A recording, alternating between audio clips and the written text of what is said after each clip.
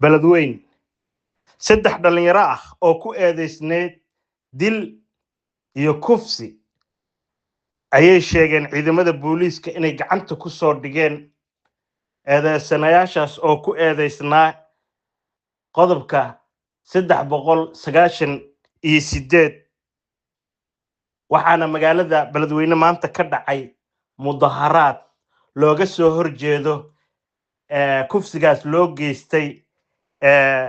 gabadha waxaa qadka telefoonka igu jiro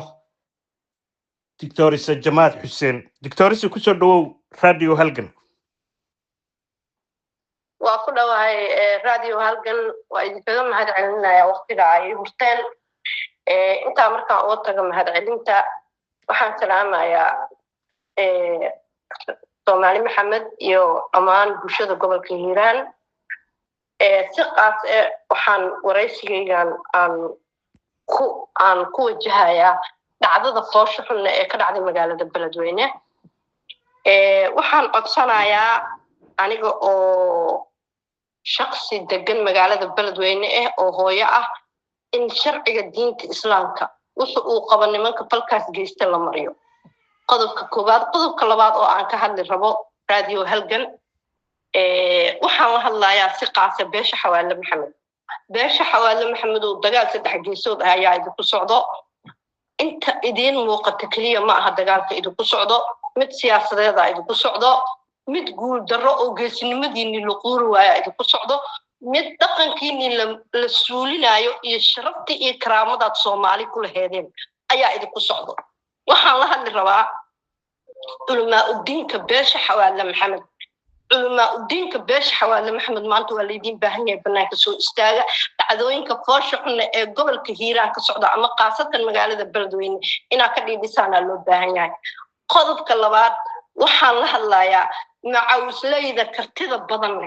ee aan ku faanay dushooda aan ku hurino ee beesha Xawaale Maxamed macawisley maanta waa leedin baahan yahay banaanka soo baxa magaaladana dhaqan min guuriska ka jiro magaalada wax ka qabta waxaan kaloo la hadlayaa aqoonyahanka tabarta xun ee beesha Xawaale banaanka u soo baxa maanta waa leedin baahan yahay birmageedadiin yaanahay dadkii dushiina ku hurti jiraanahay Xawaale aadu lahay dhaqan iyo soo jireen u lahay birmageedadooda way u dhamaan jireen maanta inaad noo dhamaataan oo banaanka u soo baxdaan ayaan idinka codsanayaa كوا علماء الدين لو مع وسليد عن دشود يدي جود كهرنا صدق وأقوياء كتاك درنا بناك صباحا. مادام هو كوفش المي معمول قبل كهيران باقا قدام بيو دكتور سجمات وجيدين يسيت وحجرتك أقوياء إيوه لمان بلشة قيبه هذا كل الدول كسوغن مقالة بلدوينه muxuu ahaayeeto baa waxaan u dirayaa maadaama ay siyaasiyiintii iyo odayaashii dhaqanka ay ku fashilmeen hogaankii beesha Xawaale waxaan baa u dirayaa aqoonyahanka beesha Xawaale inuu banaanka yimaado waan ku salaamayaa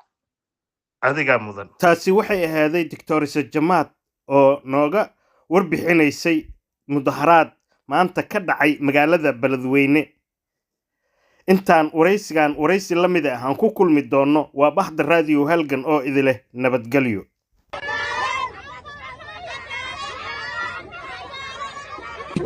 أنا كبير السوشيال ميديا سامستر.